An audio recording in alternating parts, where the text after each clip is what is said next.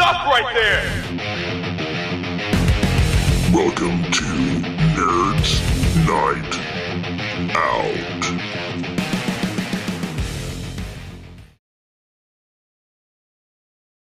You don't like to talk about your spleen in public. I got to tell you, I know a lot of people with spleens, and yours is probably one of the best. It's a nice spleen. Thank you. Yes. Yeah, I polished it up. No, I could tell. Sometimes people like just going out willy-nilly, not giving any respect to their spleen, but you take the time, and I appreciate it, and it shows. I'm like, hey, that guy knows how to take care of his spleen. I polished my spleen today, and I got a haircut today. No joke. I actually have no idea what a spleen looks like, nor do I know where your spleen is. I just want to make sure we're clear on this. It's inside my guts.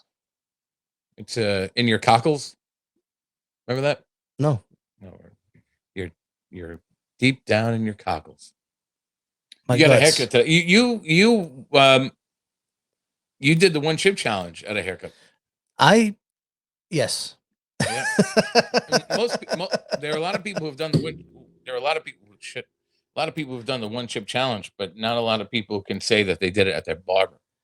Yeah. For a free haircut. Yeah. It's not my own barber. I went to my son's barber, and I drove him there.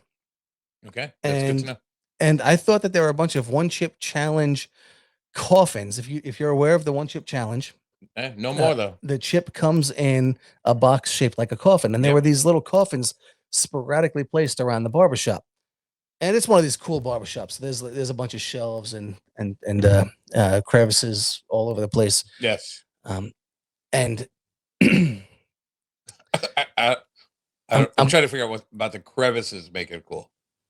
Yeah. There's all kinds of decorations, like knickknacks, and they rotate every 3-4 months, so the place never looks. If you don't go to this place for 3 months, it looks like a completely different place on the inside. You want to give the place a shout out? Lady Killers in Sheepshead Bay. Oh, nice. So they have these boxes all over the place for the one chip challenge. Yeah. And I think that it's just decoration because it's kind of like the motif of this place. Maybe that's the motif of this month.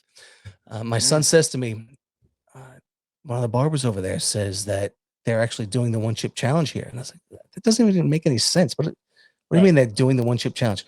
Anybody that does the one chip challenge gets a free haircut. And I said, well, what do you mean does the one chip challenge? You mean they have to like do it well? They have to do it without crying, without drinking water for 5 minutes. Yeah, those are the rules, right? You can't do anything after 5 minutes. I think it might be 10 minutes, but like, do you have to follow the rules? Like, what do you mean? Like, if you, he goes, no, you just do it, and they'll give you a free haircut, even if, like what if you tapped out? What if you didn't make it? You still get a free haircut. So I actually should. I elaborated. I asked him to elaborate, and one of the barbers came over and he goes, "Oh yeah, we don't care if you take a chip, we'll cut your hair." Well, we had a guy puking over there. We cut his hair for free. So pretty cool. Me, who has done the one chip challenge every year, at least once every year for the past 4 years, 5 years, something crazy like that. Yeah. Oh, I still have my coffins. I need a haircut. I'll do the one chip challenge. Mm-hmm. So I do the one chip challenge, and I take the chip, and now my barber says to me, the whole place says to me at this point, I'm sitting in the chair, and everyone's giving me pounds. Oh, I've never seen someone do it so well, blah, blah, because I've done it before. I have a high tolerance for heat when it, spicy heat. So, but go back to a second. Sweating. Everybody was, I misunderstood. Maybe everybody was pounding you at the barbershop. Give me pounds. Giving you pounds. Yeah. Okay. So it's an important distinction. I think I just wanted to make sure. So I'm in the barber chair now, and I'm sweating. Yeah, sweating. Which is always just the worst way to get a haircut, by the way. It is. Yeah. It's embarrassing. It is. So I tell the guy, I don't feel I'm embarrassed. Yeah. At this point that I'm sweating so much. Now I'm not crying. My eyes are not water. My eyes aren't watering. I'm not drooling. And at this point, I'm hearing horror stories from all the other barbers and my barber. Oh, we had a guy that he had to run to the bathroom in the back of the shop over here, and he shit himself, and another guy passed out, and another guy, never left the bathroom for 4 hours, and they're telling me all these things, and I'm just sitting in the chair sweating, and I'm embarrassed that I'm sweating. So I asked them to give me a blow dryer. So I take the blow dryer, put it on a cool setting, and I'm just holding it on my face, and it fixes everything. And my stomach hurts, and I have this pain in the top of my stomach. And anyone that's had any kind of hot pepper extract knows the pain I'm talking about. It's a pain that's at the top of it's in your stomach. Your stomach is at the top of your gut, just under your rib cage. It's a nice anatomy lesson for everybody. Yeah, and I feel the pain there. So I ask for some water, and he gives me a bottle of water. Now the sweating stops and the pain stops. I get my hair cut. I walk to my car with my kids, and the walk to my car kills my stomach. Just taking steps, the first 5 steps killed my stomach. I didn't think I would be able to make it to my car without having to stop and rest. But because I felt that feeling, I double timed it and made sure I didn't stop and rest. You know what I mean? Sure. How if I feel like you need to take a break, you double time it so you don't take a break. I mean, bear in mind, this is the 2024 One Chip Challenge we're talking about. This was the 2024 One Chip Challenge. Yes, this killed a guy. It killed a kid. I mean, he's still a guy, but yeah. Actually, I have 4 of them up here on the shelf behind me. I have never done them. They're all the way behind my zombie books. They're, I still have them there. I don't plan on doing them anytime soon, and I'm pretty sure they're done. They're done. They're not making any more. I think my story might have scared you away from this. I remember when this happened. I remember you came home and you talking about it. I texted you. I've got a story to tell you. And I don't think this was too far removed from when this happened to the person who died. It was. It was a couple of months. Yeah. Yeah. Well, either way, I mean, between the two stories, I mean, I'm not done with the story. Oh, I'm just on my walk to the car. Sweet Christmas. I'm walking to the car, and are you checking your watch? No, chicken. I'm walking to the car, and so I double time because I feel like I need to stop. So I do the exact opposite. I get to my car, and I have Tums in my car. Don't ask me why, ladies and gentlemen, but I have Tums in my car. I took 6 times the amount you need to take. I took the dosage is 2. Yeah. I took 6 times what you're supposed to take. 6 times 2, that's like 48. This is math that I can't do right now. 48. So it's like 57 or something. It's gotta be. Yeah, it's gotta be. Yeah. And it worked. It brought my discomfort from like a 9 down to a 6. In my book, that works. I get home, I get out of the car, I take 2 steps, boom. The pain comes back as if I never took any Tums at all, but the walk from the car to my house is longer than the walk from the car to the barbershop. So I'm in so much pain by the time I get home. I take another 8 doses of Tums. I mean, at this point. At what point do you say Tums are not working though? And it takes the edge down from a 10 to about an 8.5. And now I'm on the couch sweating, explaining to my wife why I'm good for nothing. My kids are laughing at me, taking pictures of me, and I'm on the couch. I have a couch that folds out. It's a reclining couch, right. So I have it folded out, and I'm on it sideways, fully reclined in a fetal position. Opening my eyes for some reason makes me think about my stomach, so I can't do it. So I just turn off all stimulation and close my eyes to just take me just trying to put myself in a happy place. And I'm in this position for like 3 hours. My wife is helping my kids with their homework. They're having dinner at the table without me. I hear all of this action and life and everything going around me, and I'm just there trying to ignore existing because my stomach hurts so much. Now I go finally just get up and I say to myself, of course, because I can't speak out loud. I'm just sweating in pain. That I'm just going to go to the bathroom and try to push this out. I'm in so much pain that it's probably working itself through my system. My body is probably in that kind of situation where it's just going to push it out. I sit on the toilet and I squeeze the squeeze that we all. I'm not going to get into detail, but Thank you. while I'm there pushing, I feel like I might have to tinkle. So I do. And I get this sensation from the middle of my gut, from the middle of my sternum, about 4 inches above my belly button. I start feeling, and it feels like a this painful hot. Now, when I say hot, I mean physically warm, not spicy hot. I like physically warm feeling, and I feel like this weird crazy straw sensation. Now, it can't be that can't be my anatomy that I'm feeling. It's just what I'm picturing in my head, what's happening. And as I'm urinating, when it finally gets to my my private parts, I'm trying to keep it a clean show. When it finally gets to my willy,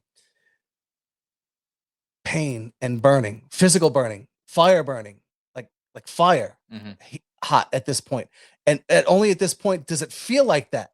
It felt warm, as if like warm to the touch, but when it finally gets to the outside of my body, it's pain and it's heat, and it hurts so bad. I stop, and when I stop, and when I break the stream, the pain and heat stops. Never break the stream. No, I did, and it helped. The pain went away. So I'm now in this situation where I feel like I have to pee some more now, though, because I'm in the middle of peeing and I broke the stream. I'm gonna have to put myself in pain to get it out. So I pee again, and the pain is so bad that I have to stop again. And I take another break after this one, and finally I'm done urinating, and I come out of the bathroom, and my stomach doesn't hurt anymore. And I tell my wife I'm not in pain. I peed all of the spiciness out of my body. This story brought to you by Packy One Challenge. Eat the heat. Someone died from that. Right. Packy One Chip Challenge. Pee in pain. Yeah. Yeah. No, there's a reason. Yeah, there's a reason. Listen, the next day I had a movement. I'm trying to keep it clean, but I had a movement the next day. No spiciness at all. It was a completely normal, healthy movement. All of the spiciness came out in my urine, and that's never. Now, like I said before, I'm a veteran when it comes to taking these one chip challenges and the world's hottest. We did the peanuts. Yeah, we did the peanuts. I've done the world's hottest chocolate challenge. These world's hottest things we do routine. Now it hurts and everything. It's legit, but I don't want to say desensitized, but it's become commonplace for me. And even when I did this challenge, as far as my face is concerned, it was kind of normal. You know, I sweat when I have Tabasco sauce. Right. You know, so the fact that I was sweating from having the one chip challenges, that's just par for the course. I just sweat when I have even just a regular buffalo wing is going to make me sweat. But this was just pure pain. It was insane. Yeah. And I was talking to doctors, and they're like, "Yeah, that happens sometimes." Like, what? I've never heard of this. Yeah. I mean, there must have been an obscene amount of heat on that thing. I know that's the shtick of the Packy One Chip Challenge, but there gets to be a point where they're not fun anymore. That if it's that painful, I mean, I don't see the point. They shouldn't exist. They shouldn't exist. Like people who record fireworks. They shouldn't exist. And I will tell you, I think anyone who eats these things now, and I did a lot of those challenges right alongside you.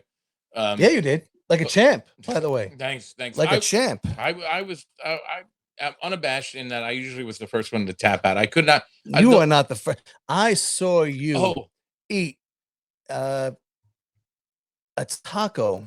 Oh yes. That had Reaper pepper in it, Mm-hmm. and it had at least one whole raw Reaper pepper per taco. Oh. You probably had more than one. If it's at least one, that I means you had more than one. Right. There were two in there? No. I had two tacos. The only reason the reason I couldn't get to the third, and I stand by this to this day, they were the driest. So dry, they were so dry, and you weren't allowed to drink, right? But I get that, but it was just impossible to get it down. That was part of the contest. Yeah, to keep it in your mouth as long as possible. I could have handled the heat. The heat didn't do me in. It was that's the my man right there. Yeah, I power through, and that I got involved in that by accident. Remember Fist that? bump. Boom. But people tell me that anyone who goes through these one-chip challenges, goes to these hot challenges, should really have their head checked. That something is wrong with their head. Well, the way that you entered that challenge was we just happened to be, we walked up to the stage because they were about to do the performance of people up there. Tacos from Hell. And Tacos from Hell, they were called. We were at Pepper Expo in Jersey. The actually Hot Sauce Expo. It was. We were in New Jersey, but it was the New Brooklyn. York Hot Sauce Expo. They had shifted out of New York for whatever reason that year. So at like 2:00, they were supposed to have the challenge up on the stage. So at 2:50, I'm sorry, at 1:50, we went up to the stage to make sure we got a good spot. As if we needed to do that, right? Like, as if we were like seeing Taylor Swift. Like we were seeing Taylor I was like, seeing who? Oh, Taylor Swift. You got that. I'm wearing my Taylor Swift shirt, ladies and gentlemen. Zoom in on that. But yeah, we were super psyched because we love watching these challenges. If not taking part in them, love watching them. And I went. And a guy comes up and says, "We have room for one more entry." And you said, "I will." Yo. I got on stage the first year of the New York City Hot Sauce Expo, and it was wings. And I was sure, because I've seen. Do we have time for this story because it's such a great story? But well, it's our time. We have to do it now. 18 minutes. But I got on stage and I thought I think I'm a fairly intelligent man. I get up on stage and I'm gonna do a mind over matter thing. I'm just gonna eat. I'm gonna concentrate on other things. Oh, look, there's the bathroom. Oh, look, there's someone selling shirts. Someone selling ice cream. And I get on stage and I thought it was gonna be volume. I thought they're gonna give me like 10 pounds of wings. I'm making numbers up. 10 pounds of wings, and I'm eat, and then they weigh it and say, oh, okay, you ate 7 out of whatever it is. But no, it was the 10 of the spiciest wings I've ever seen. And they said I should have known it was going to be bad. I had to sign a contract. I had to wear these gloves. The contract means nothing. I signed a contract for wings, and they were weak AF. Well, this had I can't remember what was on it. I still to this day swear by. They described it in great detail, but my mind was somewhere else. You know what I mean? And they said they had mixed them in, but in reality, it came in this like little takeout food container. They all just got mixed like together. A Chinese food container. It was, yeah, exactly that, yeah. And it all just mixed together. And I'm eating, but by the time I even got to like my 4th wing out of 10, I think it was, there was already a winner because there was some like competitive eater in there and just killed the challenge. And someone threw up right next to me. And I'm dancing like a fool because I'm trying to distract myself. You danced during my story too. You were dancing. I didn't mention it. I know, but you were dancing. I danced to distract myself. That it works. Oh well, no, it doesn't. I think it works, but it doesn't work. Worked for me. And the guy won. They're like, "Yeah, he's the winner." I'm still eating the wings, and someone goes, "Oh, you know what? I'm just gonna throw the towel," and I quit. And I went, "Holy hell! I could quit. I don't have to keep going." Wait, that's an option? I didn't. You know what? I didn't think about it. I'm like, I don't have to keep going. I don't have to. There's already a winner. I could stop. And I'm getting off stage, and there's a camera, and they're interviewing people. And I decide to take the gloves off, and I wipe my brow, and all the hot sauce goes right into my eyes, and they boom instantly shut. And I'm like, God damn it! I can't see a thing. I can't even force my eyes open. I stumble my fat ass down the stairs. I knock people over. I run to the bathroom because that was one of the places in my head. I'm like, okay, there's the bathroom.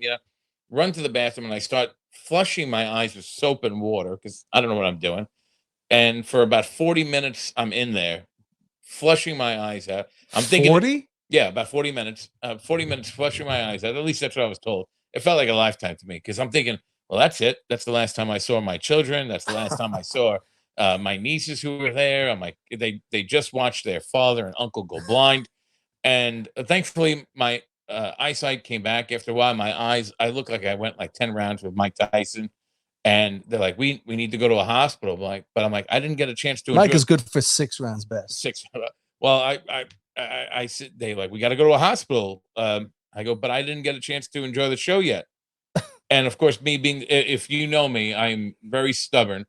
And when it comes to going to the hospital, and you're not ready to go to the hospital. I can't see. I'm blind forever, but we didn't go to that booth over there. Exactly. Because as soon as we got there, we went right to the stage because I had enrolled, and I never got a chance to do the show. So I said, I stayed. I stayed, and people were looking at me like the Elephant Man, and I stayed for the show, and I enjoyed it. I never went to the hospital. I was fine. I worked. It worked out. But everything I ate felt like a relief. Everything after that, like no matter how spicy it was, felt like a relief. You felt like the Elephant Man? The way people were looking at me, like I was like, I'm not an animal. Like putting on the Ritz. No, I'm like, I'm not an animal. I'm a human being. But it was both terrible and amazing at the same time. I love that story. Yeah, it was about 12 years ago at this point. Yeah. We still, but people keep telling us, why you keep doing this? You got to have your head checked. You got to have your head looked at. There's something clearly wrong with you, and there may be, but I dig it. I have a fun time doing it. Speaking of digging it, lobotomies.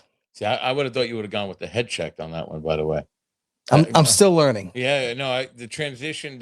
It was speaking of getting your head checked. Boom! But you went. Let me try again. Let me try again. Yeah. Speaking of getting your head checked. Okay. I like it. See, that was about it, right? Yeah. But you went with the what? I don't even. The transition was so. It was so natural that we're not even like you didn't even notice it. I didn't notice it. It was smooth as ice. Now Tom Waits. I do wait. Came up with many very brilliant phrases. One of my favorites before this episode was, "I'd rather have a bottle in front of me than a frontal lobotomy." But Tom would say it, "I'd rather have a bottle in front of me than a frontal lobotomy." Because, is Tom Waits, is that the guy that was the inspiration for the Joker? Yes. Yeah. I can't do it. Yes, he was one of Heath Ledger's inspirations for the Joker. Yeah. I'd rather have a bottle in front of me than a frontal lobotomy. Yeah, he sounds like he gargles gasoline and thumbtacks, and it sounds awesome. It sounds painful. Well, for him. For him. Yeah. Now, according to Wikipedia, which I don't like to get my information from, but I felt like to just sum everything up nicely. Yeah. According to Wiki, a lobotomy, from Greek, lobos, lobe, and tome, which means cut or slice, is a discredited form of neurosurgical treatment for psychiatric disorder or neurological disorder. For example, epilepsy and depression. That involves severing connections in the brain's prefrontal cortex. The surgery causes most of the connections to and from the prefrontal cortex and the anterior part of the frontal lobes of the brain to be severed. Now, that's a very complex way to say slice your brain in pieces. What the surgery really was, and we're going to get to that in a second. The frontal cortex tissue is severed with intentions of. Now, this is no longer Wiki. The frontal cortex tissue is severed with intentions of destroying connections between the emotion controlling part of the brain to the intellectual part. Its intention is to make the patient a happy, easily controllable idiot. Now, idiot at the time was an actual medical condition. Term, right. Its original intentions were thought to be used in insane asylums on patients that were angry, violent, and excitable to make them calm, content, and easier for hospital staff to deal with. I don't. I remember seeing like videos of people talking, and they have this very disconnected voice. I don't know why I'm in this hospital anymore. That was for people that were lucky enough to still Yeah. be able to speak. I don't know why the hospital is keeping me. Those would be the successful lobotomies. The first lobotomy was done in the 1890s. Ooh, the medical dark ages.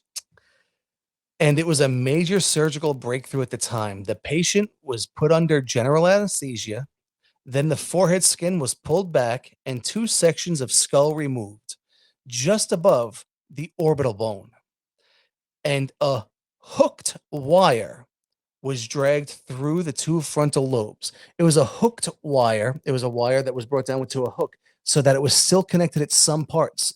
If it was a completely looped wire, it would have dug the scoop out completely. So instead of it being a loop and digging the scoop out completely, there was still some tissue connected to hold the brain in place. Mhm. So that's why it was a hooked wire. Now, we're talking about the 1890s here. This is a time where people don't even understand the importance of washing hands. Dude, they thought that a seizure was the devil inside of you. Yes. Wait, it's not?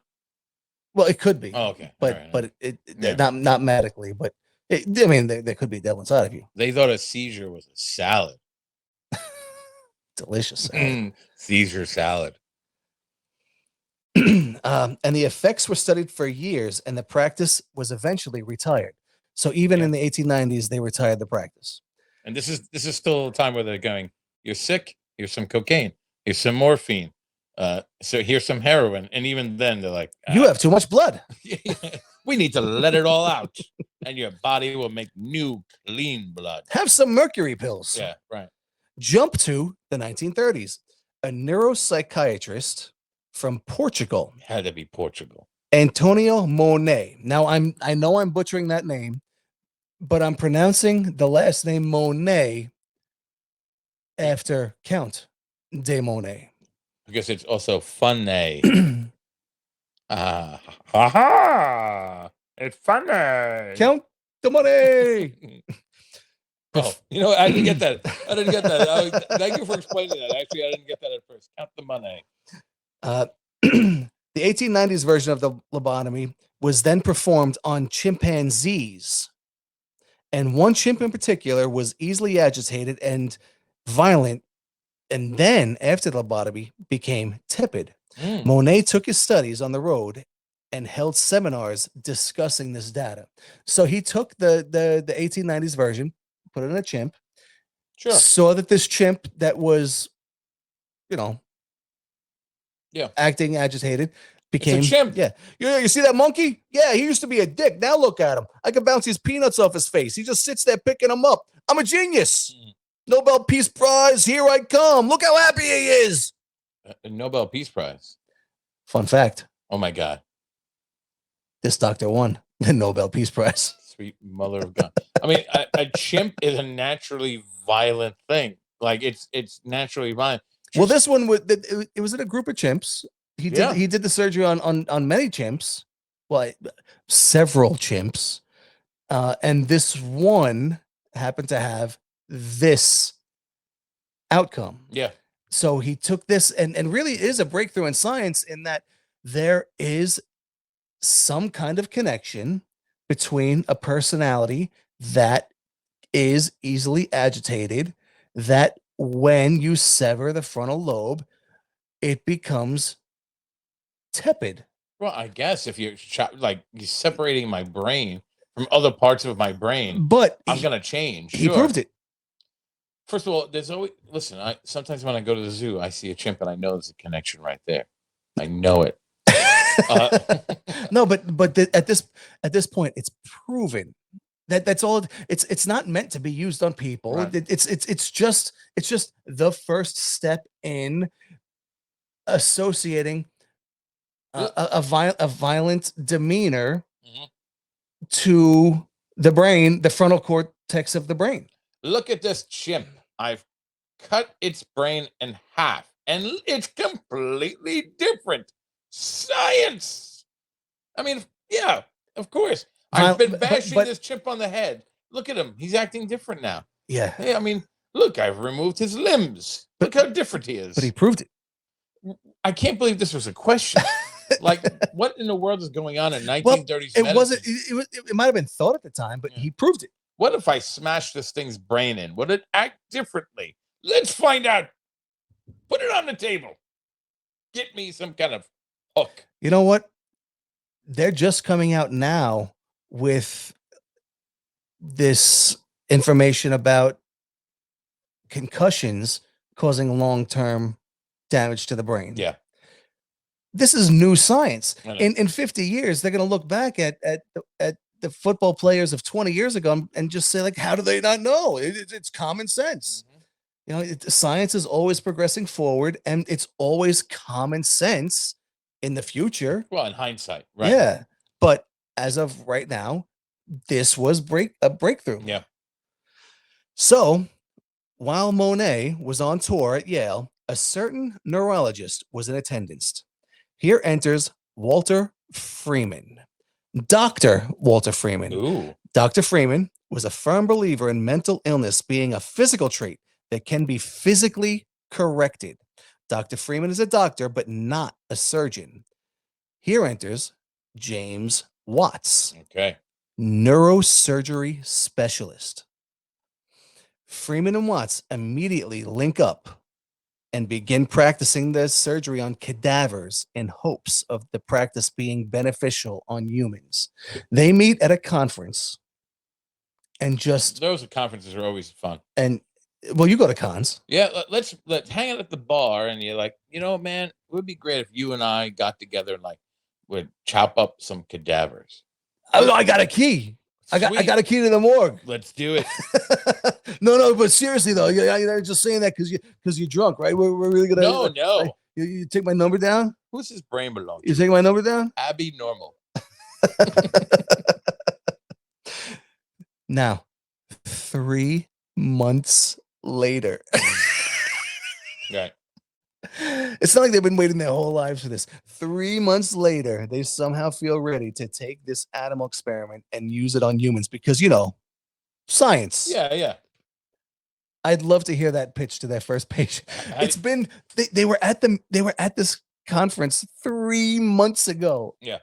And they're already at the point where, yeah, let's take this chimp that we can bounce peanuts off his face and do that to a person. That would be like the Wright brothers, like after flying on a football field, they're like, you know what? Let's take this puppy into space. That would be like the Wright brothers throwing a paper airplane. No, we did it, and then saying, "Yeah, let's jump off of the Grand Canyon." You're right. You're absolutely right. I'm always right. Hear me out. You see that monkey over there? That monkey over yonder? Well, that monkey used to be sore, see? Now all they done was remove the skull in 2 parts. They scrambled up some parts of the brain we can't see, study, or observe in any way. And now look at him. He's as happy as a drooling monkey. Well, we learned about this monkey 3 months ago, you know, and I think we're ready to do it on your wife, Alice. Makes sense. Mrs. Alice Hammett, 63-year-old housewife from Topeka, Kansas, who suffered from depression. Weeks before diagnosis, her brother and father died unexpectedly. This sounds like a prime candidate for her brain being cut into pieces, because God forbid a human being would be depressed. You know, she's so depressed that she's not even making bacon anymore. They weren't sick; they died unexpectedly. Right? Yeah. This surgery was considered a success. Mrs. Hammett used to not want to get out of bed from a depression, but look at her now. Out of bed and in that chair for 16 hours a day. Chalk that up as a W for the Freeman. So 16 sitting for 16 hours motionless. Success. Watching the tree grow. Well, that's a success. I mean, it really is unbelievable. And I know, like, Nellie Bly did a lot of investigation into the kind of what was going on. Oh, in Nellie these- Bly. Yeah. Oh, yes, yes. Yeah. And it made perfect sense to name an amusement park in Brooklyn after her. But she did a lot of investigations into these psych wards and Undercover. How brave of her was she? Unbelievable. She put herself in there, got committed. They wouldn't let her out. They committed Mary Todd Lincoln because she was depressed. Her son had We're gonna get into a Kennedy. just what else got into a Kennedy? It's Schwarzenegger. Oh, that's great. I was gonna say Derringer, but all right. I was dark. Mine was darker than yours. Seriously though, Mrs. Hammett then suffered from a condition that happened to many patients just to come in the future. Yeah. Called the China doll syndrome. When she was laid down, her eyes would involuntarily close and stay closed. When put in the upright position, her eyes would be open Oh yeah, I and remember would those dolls. stay open. So When you creepy. would ask her to close her eyes while in the upright position, she couldn't. And when lying down, she couldn't open them. It's almost as if they completely mess with her brain. It's a syndrome that happens enough from lobotomies that they gave it a name. Yeah. And I'm pretty sure it doesn't exist without lobotomies. It's kind of a cute name for something really terrible. It's a terrifying name when you find out what it's named Oh, that's what I'm after. saying. Yeah. No, but it's a cute name, like China doll. Like, you're like, oh, those are so cute. Well, waterboarding sounds like a fun summer It activity. does. Oh my god. It does. What do you want to do? Let's go waterboard. Oh yes, waterboarding. I absolutely love it. Why am I drowning? Why are you simulating drowning? No. According to Dr. Freeman's documents, Mrs. Hammett was able to return home. And at this point, she enjoyed listening to show tunes. Oh. This is why Yeah. she was considered a success. Really? Her surgery was considered a success. I would have considered that a failure. You go home and listen to show tunes when you could be listening to great things like the Transformers movie soundtrack? No way. No. Well, the question's finally answered. Who the hell likes listening to show tunes? Lobotomized people. And only lobotomized people. I really am enjoying this Cats soundtrack. That old man river, he keeps on flowing along. This is the second episode in a row you sang. I think I edited. Is this a yearning? Did I edit that last one out though? I don't know. I don't know yet either. I didn't. Yeah, I did not edit. Oh no, yet. you didn't edit that. We didn't get to that one. You are. What's going on with you? Is this something that you're yearning to do? I'm the karaoke king. I think you. I did see that video of you in Nashville. Yeah. Yeah. But do you secretly yearn to be a singer? Is that what's going on? Is this like? This is it. It's coming out here on Nerds Night Out, episode 9 or 8, wherever we are. You're coming out? No. I meant you're. I'm coming out. I'm coming out. Fabulous. I would listen. I would be fabulous. I'm wearing my Tay shirt. I know. Yes. It took me a second to realize that I meant Taylor Swift. But yeah, second time singing. And by the way, great job with that. It sounded good. Thank you. Now, can you hit me? Do you know anything from Phantom? Yeah. Do you really? Yeah. For someone who just critiqued people who know show tunes. For someone who just critiqued people who know show tunes, you seem to be pretty knowledgeable. Just saying. Yeah, I'll do everyone a favor and not. It's not Because you actually have to be able to sing to pull out some Phantom. From this point forward, the only party responsible for recording the success of the procedure was Freeman himself. And in most cases, he would determine the mental state of his previous patients by observing a single before and a single after photograph. So you're of saying the that person. So the picture would identify whether this person was a candidate for a lobotomy. He would look at a before picture. Yeah. Of the person. It's not an actual before. He would just look at a photograph of that person before. It's not an actual It's just picture a picture that he took. At this point, it's just a picture of a guy standing next to a tree. Yeah. And the after picture would be a person's probably sitting in a chair or laying in a bed. Right. But he would look at the facial features of the person before and the person after and determine if neurologically this was a success. So it's a pseudoscience. This can't be No, by any metric. this guy was a fully qualified neurologist. This guy's an actual doctor. But what he's doing can't be legitimately qualified as science. This is the one who won the Nobel Peace Prize? No. Okay, thank God. No, Monet. Oh, Monet. Oh, Monet. But this is This is the guy that brought the lobotomy from chimps right to people. So he would look at a picture. Let's say look at that woman not making breakfast. He didn't see it like that. The way he saw it was, look at that woman not in an asylum being paid for by the public. Success. She's not a detriment to society. Look at that woman who can cook an egg. She's contributing to society. It's a terrible metric. The before picture. Yeah, the before picture really isn't much. It's really the after, and as long as the after is, they're not institutionalized. Yeah. And they can't do anything for them. If you're at home, if your mom's taking care of you, it's a success. Let's just put it that way. Okay. Or if you're institutionalized, but you are able to sell oranges to stagecoaches riding by, it's a success because you're able to provide oranges to stagecoaches. Yeah. So now you're a success. The bar is set very low, and it never looks at the before picture.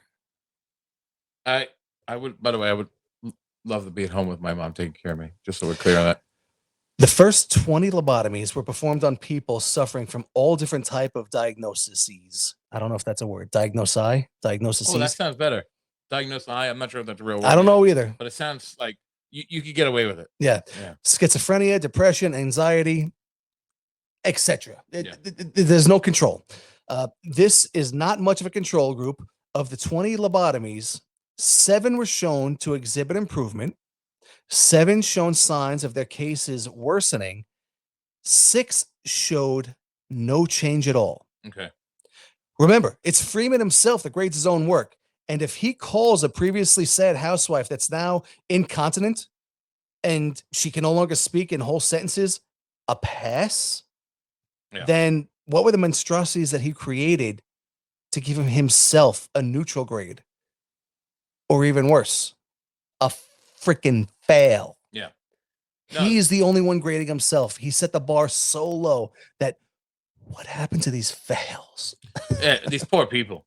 I mean, I just listen, even today, even by today's standards, we are not treating mental health issues are such a prominent issue throughout the country. We're not treating them in the manner in which we should. I mean, there's still so far to go, and we're a century removed. I mean, well, every third person today is going to therapy. There's 2 people here. Yeah, and nothing wrong with that. Remember the stigma. Oh, that you're the third person. Remember the stigma. If you're listening, you're the third person. If you are seeing therapists, good for you. It's good. It takes a lot of, because there's a stigma involved in therapy for all those years, and now I'm hoping that it was at least socially, publicly, it's like divorces in the 19. People always talk about divorce rates. Like people think divorce rates went through the roof. No, the amount of people now willing to talk about their divorce is much more acceptable than it was 50, 60 years ago. And I would imagine that therapy falls under the same kind of umbrella where if you even said 20, 30 years ago that you were seeing a therapist, the implication was that something was terribly wrong with you rather than I want to get help. I want to get help. Even if something is not terribly wrong with you by these standards, like schizophrenic, whatever standards. Well, they didn't have diagnoses for things that we do today. Also, right. Yeah. How many people had hysteria? How many wives had hysteria just because they didn't want to cook for their husbands? Correct. Yeah. Really? Honestly. No, I understand. Yeah. In 1946, Life magazine did an article showing detailed photographs of the conditions inside of mental hospitals. Overcrowding, overworked staff, and lack of funding made mental asylums a place of nightmares. It was commonplace for these places to be at least 50% overbooked, Mm-hmm. which is just disgusting. Yeah. Disgusting. If someone was admitted for any reason, the chances of them being cleared to leave was slim to nil. Physical and sexual violence against the patients was routine, and the living conditions were putrid, to say the least. The staff really hated that there were some patients that gave them a hard time, no matter how many restraints they used, and no matter what torture techniques they implemented. So the asylums loved the results of the lobotomy for the most obvious reason. And after the Life article, the public wanted results. They wanted results in these overcrowded asylums. Mm-hmm. So at this point, the mindset changes from these places are overcrowded. Mr. Hansworth is in there because he throws his poop and he punches people in the face. This is a chimp you're talking about. No. Oh, this sorry. is Mr. Hansworth. Because chimps. Yeah. No, he used to run the hardware store. But now Mr. Hansworth, after the lobotomy, he just sits on his rocking chair. Right. And he just drinks that glass of sweet tea all day. It seems like he never finishes it, but it's always there next to him. And he's just sitting there on his rocking chair, watching the sunset. Rest in peace, Mr. Hemsworth? Liam Hemsworth? The lobotomy took crazy people and made them more pleasant to the staff. This is Gil. Gil used to write down Showtime lyrics on the walls in his own feces. That was old Gil. This is new Gil, just sitting in his chair watching the tree grow. We call that Gil's tree now. The squirrels come right up to him, you see? Gil's good now. Ask anybody. The ideal was to sever the emotional part of the brain that made people too emotional, no matter what direction that emotion went in, and mostly worked, but it's like killing a fly with a stick of dynamite. A really good idea. Right? You won't be too emotional when you can't blink anymore, but they'll be easy to deal with. Now, just a reminder, Freeman is not a surgeon. Watts is. And during those 3 months that they planned on doing the monkey brain scramble on people, they did, to their credit, practice on cadavers. But the only thing they could practice was the cutting of the skull and digging around the brain tissue. They really didn't know how far or where to probe or what techniques or what instruments would work best because there was no post-surgery information to study. Yeah, I would imagine you're studying behavior if you're studying on a cadaver. Then what do you right? What do you they're just poking around into flesh. Patient still remains still. I'm probing the brain with this pin and slowly arc left. There. You still depressed, Mr. Dead Guy? Outstanding. Mm-hmm. And on body number 2, I just penetrate here a little. Achoo! Oops. Seem to have penetrated all the way to and scraped the rear of the skull. Well, anyway, you still moody, Miss Gadaver? Wonderful. These conclusions are brilliant. I'm a genius. Nice firm pat on the back. To myself. Mm-hmm. I'm a genius. Freeman and Watts came up with the name lobotomy because before that it was just called stabbing people in the brain and swirling a stick around. It's really hard to write that on a business card. Twice. Because they do it one on each side of the lobe, one over each eye. So they do it twice. If it were coined today, it would probably be given a fancy political correct name like equanimity incision. Oh, I like that. Sounds nice. Doesn't it? Sounds nicer. Watts wasn't the only other doctor in the operating room with Freeman during the actual lobotomies on the living patients. In order to get through the skull, they had to put the patient to sleep using anesthesia. So an anesthesiologist was also present. During most surgeries, anesthesiologists seem to have a cake job. Mm-hmm. Checking the heartbeat, checking the breathing every few minutes. I like to think about them just sitting there on their phones, playing Fortnite, giving an attitude every 10 minutes when they have to put their stethoscope in their ear. Oh, this job sucks. Sorry, this is in the 1940s, so they were probably playing computer solitaire. That's got to be it. Yeah. 40s the giant computers, punch cards, solitaire. Yeah, the first right. the first computer game ever. I, Solitaire. I'm no doctor by any means of the imagination. I'm not allowed to practice medicine after what happened, but uh, anesthesiologists, that's a really difficult job, right? Because you have to take into a lot of X factors like the weight of the patient, what kind of surgery, how long you're putting them out, and correct me if I'm wrong, but I mean, actually, I was talking to someone even recently that said that uh, even up until the 1980s, they didn't use anesthesia on children because they didn't think Right. children had developed nerves and weren't experiencing pain. How crazy is that? I know, right? It's unbelievable. Yeah, they just sit there and scream and not believe their screams. Right. Crazy. But I mean, it's a crazy job even now to be an anesthesiologist because our I mean, even though it's a science, our understanding of it is still in its infancy. I don't know. I think every anesthesiologist kind of has a contract with one or two doctors. You know, they're routine doctors, and the surgeries that they're down for become routine. So I think really they just look at your body weight and your BMI and really just work from there. I think it becomes fairly routine. It's so dangerous. I hope they don't. It is dangerous, which is why I think they stick to this one procedure in particular over and over again. But I mean, you had I don't think this anesthesiologist had that kind of luxury. I think this guy was watching like a hawk, because he's watching this guy who's not a surgeon and this noob of a surgeon poking around in people's brains, having no idea what they're doing. Right. So I'm pretty sure this anesthesiologist was on his toes. When and if this guy dies, it's not going to be because of me. I guess the oath became instead of do no harm, it's like do plenty of harm. I will do no harm while I watch these two clowns perform in their circus.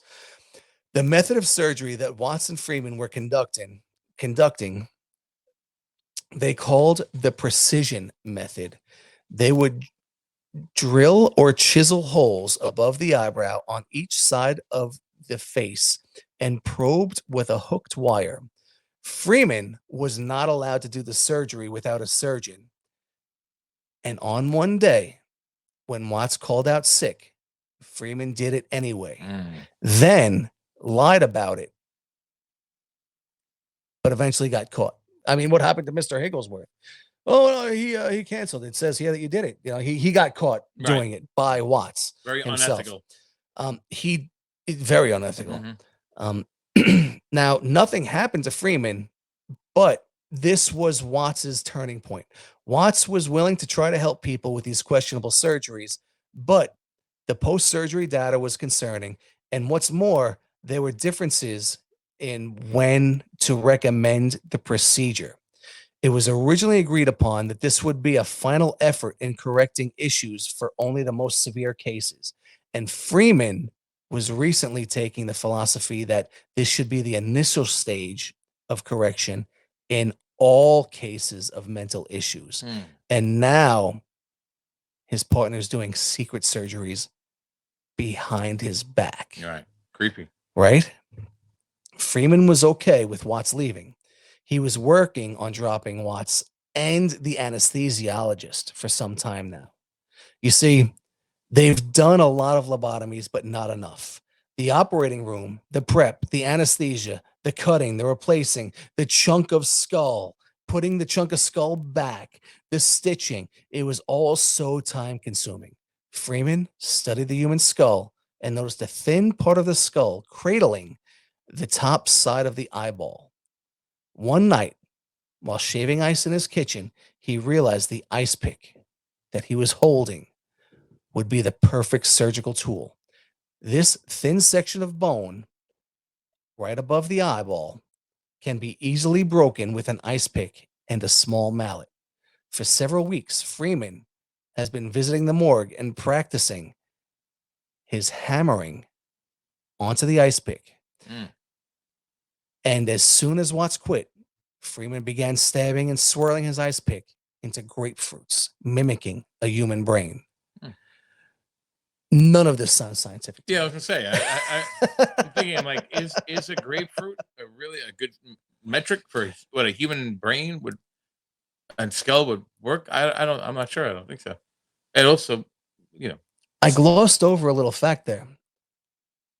He uses his kitchen ice pick, right. the one that he was using to break ice in his ice box. That becomes his surgery tool. Mm. He doesn't buy a new one. he doesn't get a surgical instrument that can mimic what an ice pick does. He grabs his dirty, halfway dull ice pick because it's been used on ice for God knows how long. Mm-hmm. And his wooden handled ice pick is what he decides to use. He practices breaking the orbital bone, which is the bone just above your eyeball when you go into your eye on the top side. And then practices stabbing a grapefruit, and I don't know what again, like kind of like a cadaver. Like, what are you really aiming for? Like, how do you know when you're not really practicing anything? You're just kind of just swirling an ice pick in a grapefruit. Right. This is all very questionable stuff. Right? And the anesthesia, there was no need for anesthesia with modern science. This was the age of electroshock therapy. God. He'll just administer some voltage through the same brain he's going to poke around in, and this way the patient can speak and give feedback during the procedure. And what's more, this made it an outpatient procedure. He can bang 7 of these babies out in a day, and that's with an hour lunch and 2 15-minute union coffee breaks. Gotta love the union coffee breaks. Yep, gotta love the union coffee breaks. Dude, this guy made it he turned an actual surgery into an outpatient procedure. Yeah.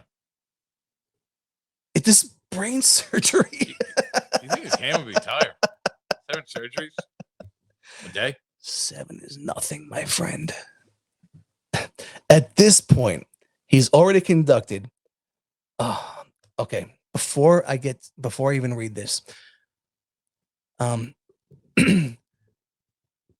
before he even started taking his show on the road, the first 20 lobotomies, like I said, there were 7 that were good, there were 7 that were bad, and there were 6 that were neutral. By the time they made it to 40, the percentages were about the same, but there were 2 deaths. Oh, well, I mean, out of 600 and something, you know, out of 40. Oh, 40, 2 out of 40. 2 out of 40. Yeah, it's too much. Just saying, too much. That's 5%. Yeah, of 40. Thank you. That's good math. That's scary. Now, it's about a third neutral and about a third negative, with a 5% chance. But there's only a 60% chance of that. But you hear what I'm saying? It's about a third and a third and a third. I'm not going to break it.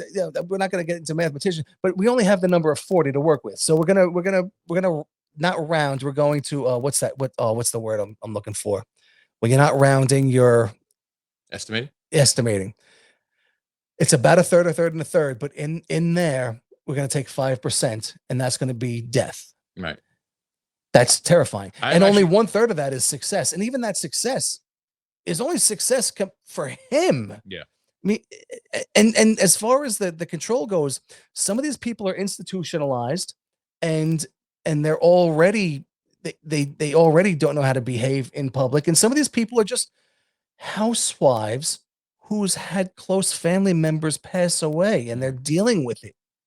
I'm surprised there's not more people that pass away from this. It's surprising. Yeah, it's surprising. 2 is higher than it should be, but lower than I thought it would be. Right. All right. Now back to where I was. At this point, he's already conducted 623 lobotomies, 52% being successful and 48% being unsuccessful in that 48% death counts. Yeah, it should. It should. He counts that. Yeah, Yeah. yeah. But these numbers mean nothing since there's no clinical data, and just the guy, and it's just the guy promoting his own business in charge of all record keeping. But even if these numbers were real, 52% chance of successful brain surgery just because I have a hard time falling asleep at night is crazy. Sign me up. Living Doll Syndrome, here I come. I've been meaning to catch up on my radio soap operas. I mean, right. Yeah. I mean, that's what you just got to listen. You're a passive observer in your own life. I don't even know if you're observing. I mean, yeah. Yeah. Like, I don't even know if you can give them that much credit. Dude, lobotomies have to be the only reason radio soap operas are even a thing.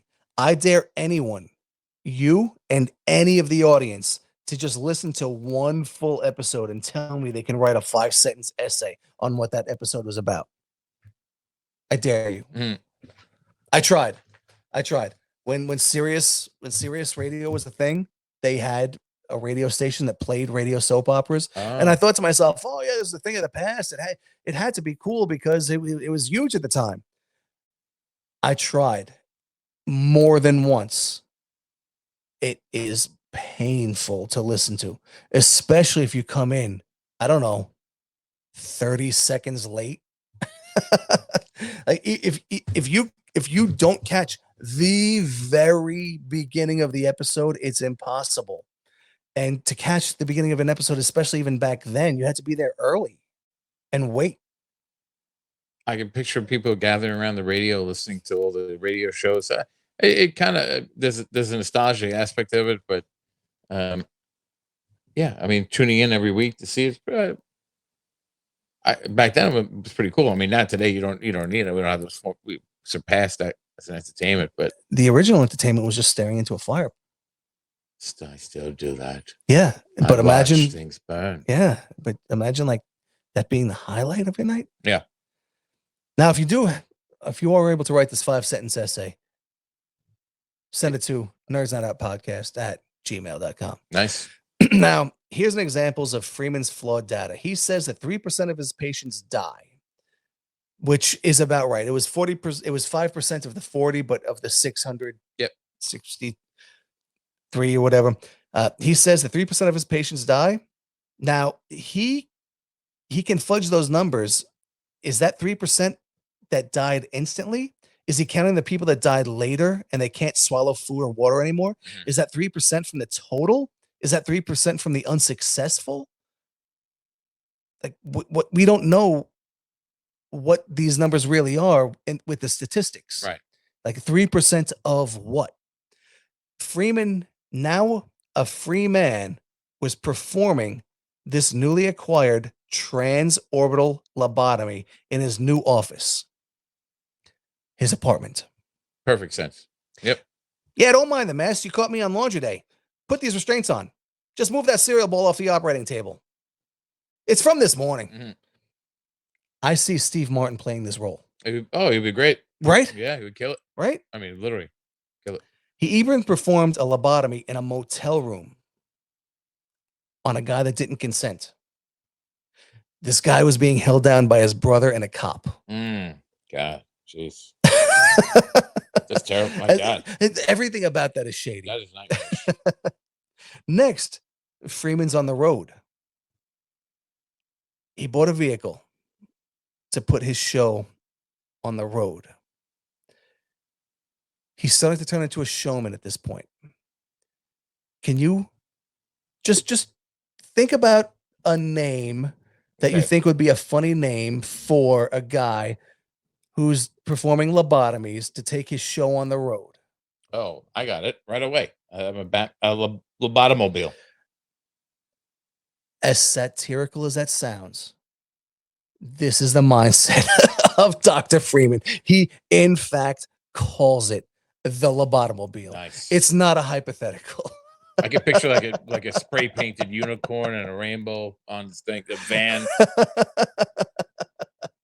It's a van that he hooked up, and it said Lobotomobile on the side of it and everything. Yeah. Electroshock therapy. He's got you hooked up to the car He's battery. got all of his stuff to ensure that it's not going to be a hospital procedure, to ensure that it's not a surgery, and he's making these brain surgery. He's performing brain treatments Mhm. as outpatient procedures. He's on the road, still solo, no hospital, no pesky surgeon or apartment holding him back. Freeman goes coast to coast, hitting up every asylum on the way. Got a guy that tackles staff or someone that screams 23 hours a day? I've got a permanent cure. It only takes 1 hour. The staff loved it and the media ate it up. Not like today's media that's centered on non-bias. No, nothing like that. Nope. Remember Tackle Guy? Well, he smiles all day now. He needs to wear a diaper, but we don't even need to change it. Yeah. Look at him. Let him sit in his filth. He's fine. Look at him. Oh, and while I'm here, bring your wives. Does she have sass mouth? That is surely schizophrenia. And I've got the cure. It only takes 1 hour. Does she get overly emotional for a few days once every month? That's hysteria. I've got the cure. It'll only take 1 hour. Let's go back on that small detail I just glanced over.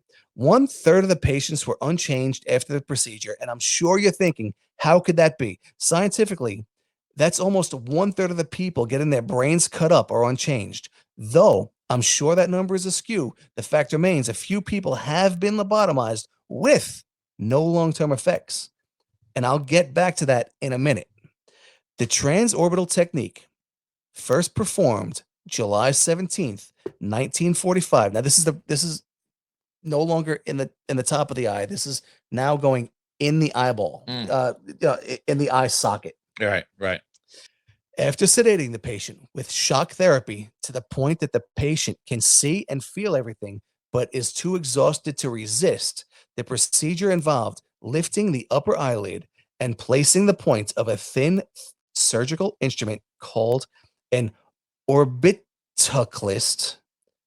In other words, Freeman's ice pick. Yep. Under the lid. Fancy term for ice pick. Right?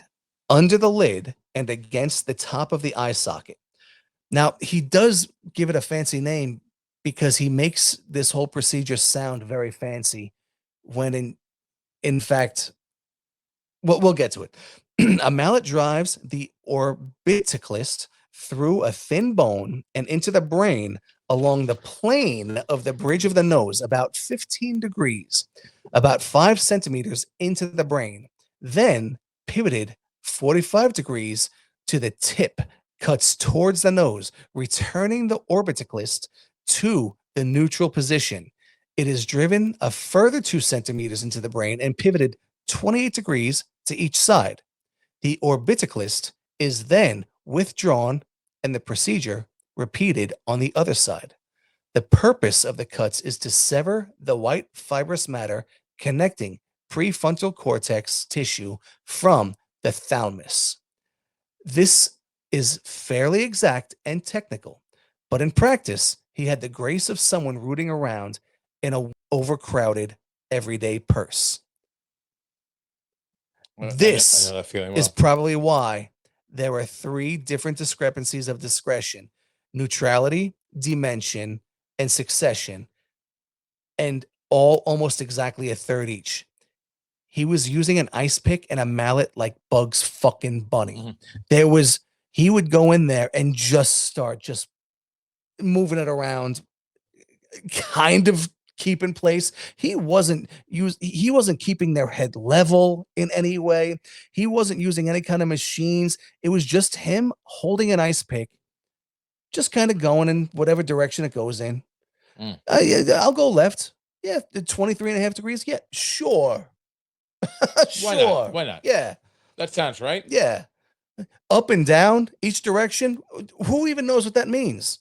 Is every single brain exactly like the same? None of this makes any sense at all.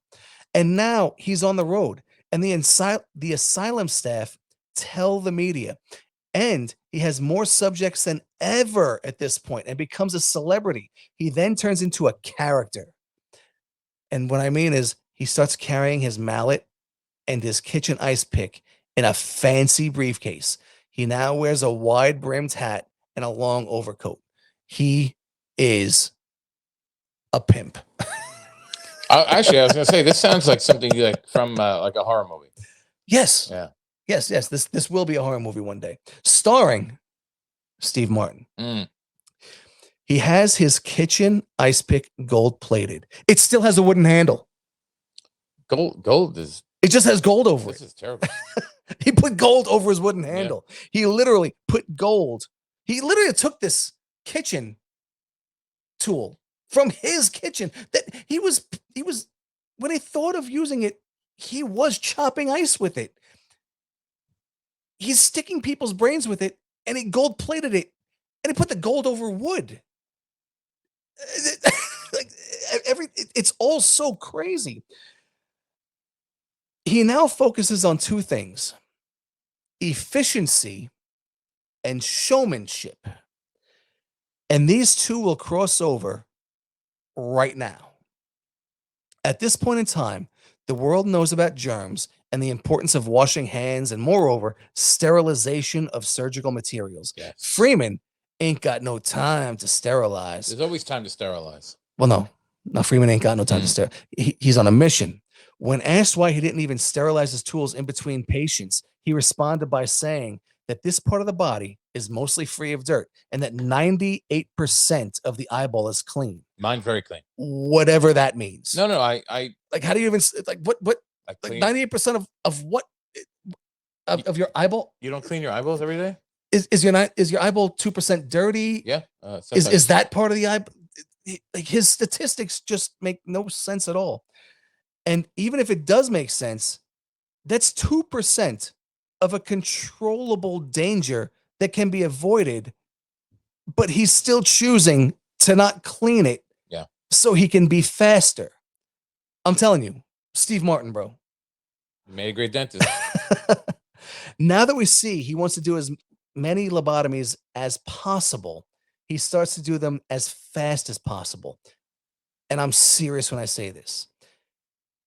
He has an assistant time him performing lobotomies to see if he can break his personal record. Yeah. So can I say that again?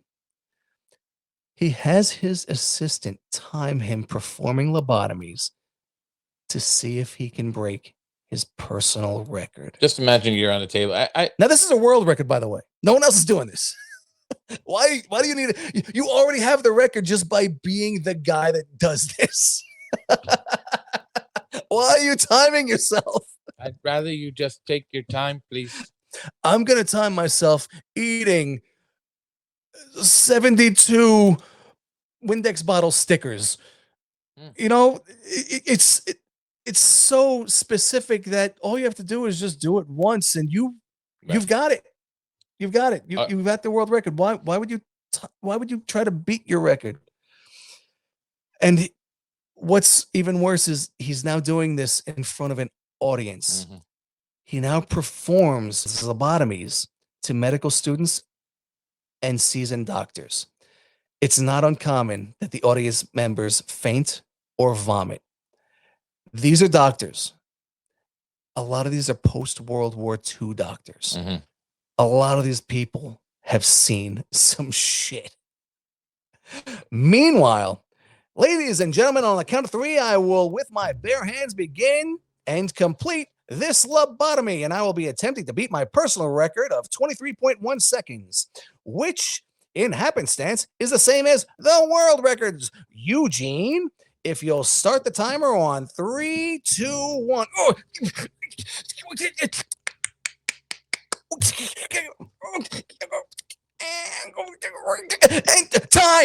Time.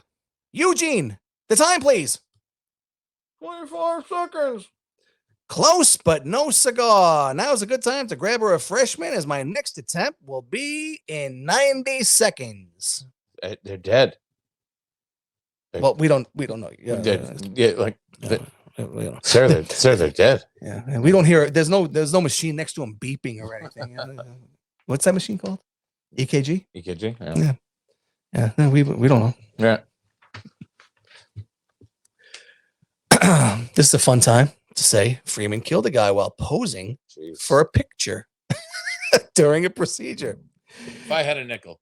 He was mid-procedure, noticed a magazine cameraman pointing a camera at him. Sure. So he looked up and posed while his ice pick was in someone's brain. And this distraction had him slip, and the ice pick went too deep, instantly killing the man. Good God. You there, take another one. Let's get one of me not killing the guy. I'll be ready to smile this time. Come back over here. You gotta get my good side. I don't know how they don't just throw this guy in prison at this point. Killed a guy for taking a picture. Like, at what point does this negligence become criminal? He was posing for a pic. He could have just looked up, saw the guy taking a picture, and went back to work, like a professional. Right. But no, he's wearing his hat. He's wearing his trench coat. He's got his fancy briefcase and his gold-plated thing in this guy's brain. So what's he do? He looks up and smiles. Oops. Oopsie. Yeah. I looked for that picture. I couldn't find it. No, I know it exists because everything talking about this guy mentions this moment in his life. Right. And I looked for the picture, and there's a bunch of pictures of him with the pick in people looking at the camera, and I don't know which one is the one of a dead guy at the other side of that ice pick. He not only took his show on the road, but he becomes a self-promoter. He writes articles to numerous magazines and newspapers across the country announcing when he'll be in their city near the publication that he's writing to. In his articles, he boasts about how many lobotomies he performs in a day and how he enjoys doing as many as he can, as it helps pass the time. Irreversibly damaging people physically and mentally really helps the day go by. It's a nice way to spend the day. Yeah. Relax. Take a nice pick of someone's orbital socket. Kill a guy. He now has an audience and an assembly line style of operation with people coming in a steady line. He once lobotomized 5 people in an hour. And also once lobotomized 25 women in a single day. It has to be a very low standard for what necessitates a lobotomy at this point, because it seems like if you're going town to town giving a lobotomy 5 in an hour, 25 in a day, how many people out there are suffering from disorders that... He was very liberal when it came to... There was a 12-year-old boy. Oh, God. Yeah. Who's not his youngest patient, by the way. There was a 12-year-old boy who did not get along with his stepmother. Okay. And he turned the light on when he entered the room when the sun was out. Yeah. Schizophrenia. I mean, do you know what electrical bills cost? I'm just kidding. Schizophrenia. Yeah. Because his stepmother and him didn't get along. Yeah.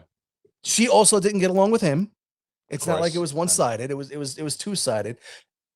And he turned the light on when he entered a room, even if this is a point in history when we had lights, ladies and gentlemen. This isn't as archaic as you might think it is. This is a special place in hell. This is post-World War II. Your grandparents were alive. He begins to showboat some more by performing the surgery with one hand. His dominant hand. Once he's content with that, he decides to challenge his abilities again and continues to attempt the one-handed surgery, but now with his non-dominant hand. He's no longer performing surgeries with the patient's best interest. Yeah, it doesn't seem like he's done that for a while. He's now performing surgeries as a performance. This is a circus sideshow, not a surgery. Once he's content with that, he decides to challenge his abilities once again. He continues to attempt one-handed surgery but now with both hands. For my next trick, I'll be performing the left-handed lobotomy. You've seen me successfully perform with my right hand. Will I be able to do it with my left? Stay tuned. Mr. Birdsong is being wheeled in as we speak. Eugene, tie my right hand behind my back. But wait, that's my dad. I'm telling you, Steve Martin, right? You nail it. Yeah. And, of course, as a true showman, the finale. And I'm not kidding. I encourage the audience to do their own research. Freeman begins to do 2 at the same time. 1 with each hand at the same time. Jesus Christ. Now he's just a bad cruise ship act. Yeah. You know, these guys spinning plates while drinking a glass of water and juggling bowling pins while an assistant juggling bowling pins with an assistant just off stage. Yeah. It would have sounded something like this. Mr. Rogers, he plays with puppets, so schizophrenic. Ms. Recco has polio and lost her ability to walk recently, so depression. Miss McDonough just last Thursday told Mr. McDonough to make his own dinner. Hysteria. And little Billy Stuyvesant. Billy is 12 and his favorite color is orange and turns the lights on when he enters the room, even when it's glaring sunshine coming in through the windows. Schizophrenia. What do you want to be when you grow up, Billy? I want to go home. That's really neat, Billy. Now, with the help from my assistant and timekeeper, I will be beating my personal record of doing the right-handed transorbital lobotomy on Mr. Rogers, followed by immediately by the left. And then, as a Dr. Freeman exclusive, the ambidextrous triple-double finale, the two-handed simultaneous lobotomy, the world's fastest, ambidextrous lobotomist. I'm telling you, Steve Martin, bro. Now, get ready for some theater of the mind.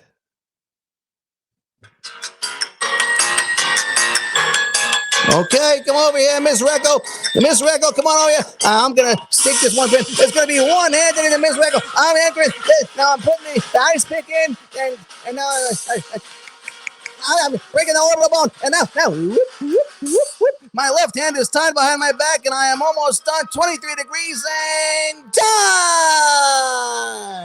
time. Now bring over Miss McDonough. Miss McDonough's going to be my left hand. Eugene, tie my hand around the back, and now my left hand is free, Miss McDonough, and we'll be spinning this. And now I'm sticking in your eyeball, and so.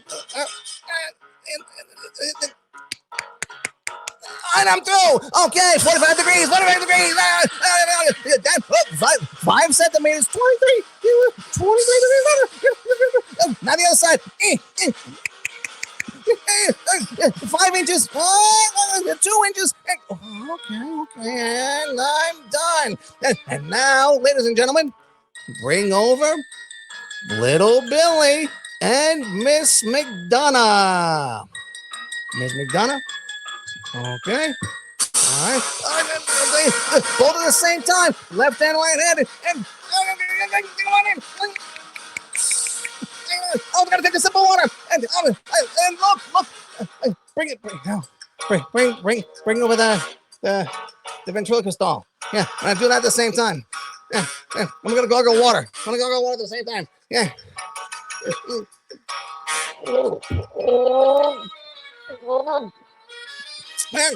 And time!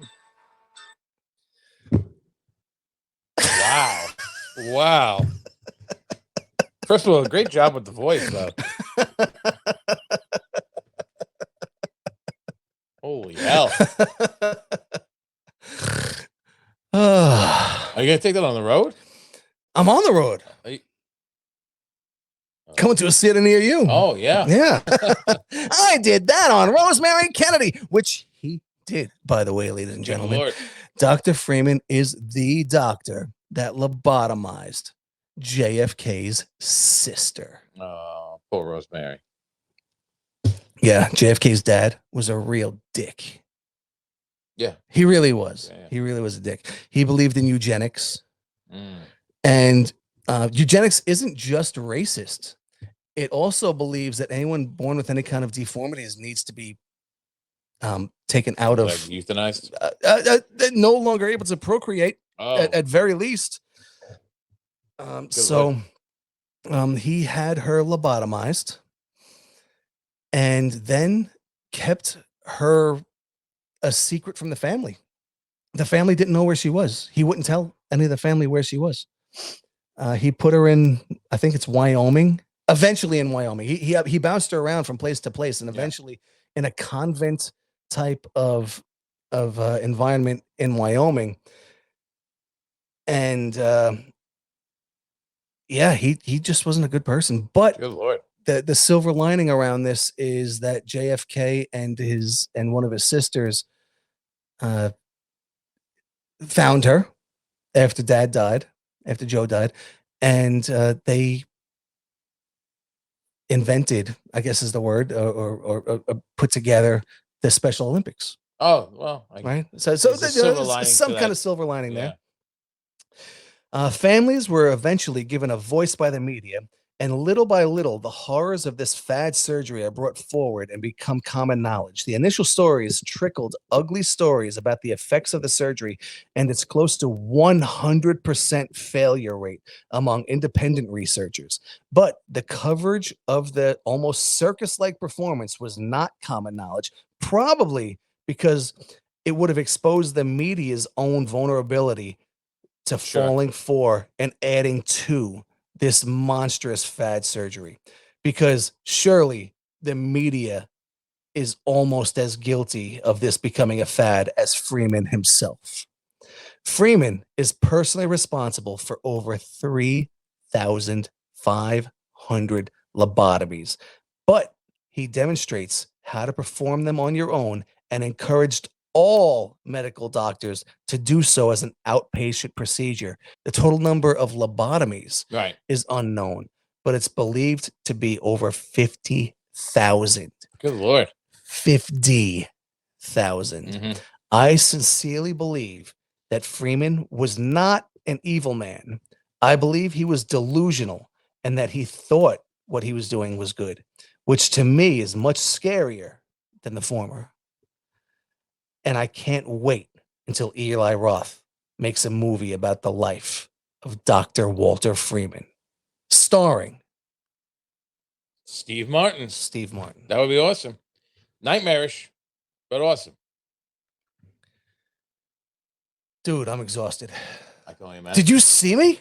Did you see my performance? I did. It was legendary. There was a ventriloquist dummy in there. I had read. Did the dummy say anything? I read the notes prior, and I did not see that coming at all. There was no indication that that was coming. I don't even think the ventriloquist dummy said anything. I think he was too busy just gargling water. Look, the ventriloquist dummy's gonna gargle water. Yeah. The ventriloquist dummy was gargling beer, by the way. Yes, because he would rather have a bottle in front of me than a frontal lobotomy. I made for good audio, I tell you that. Theater of the mind. Speaking of those radio soap operas, I think I pulled it off pretty well. You did, especially for my first time. I got to use the wacky sheet for thunder and lightning. You're good. Let me hear some thunder. Thunder. Oh. No, that's stupid. Yeah, that was whack. That was whack. That was wiggity wiggity whack. I'll be back. Oh, the storm's coming. Yeah, no, that sucks. Yeah, that sucks too. No special effects awards for us. No. My friends, everybody, Q is exhausted. He put on a one-man show with the lobotomy. Okay. I'm Q. I'm Tom. And this has been Nerds Night Out! Deuces, everybody. Double deuces. Damn it.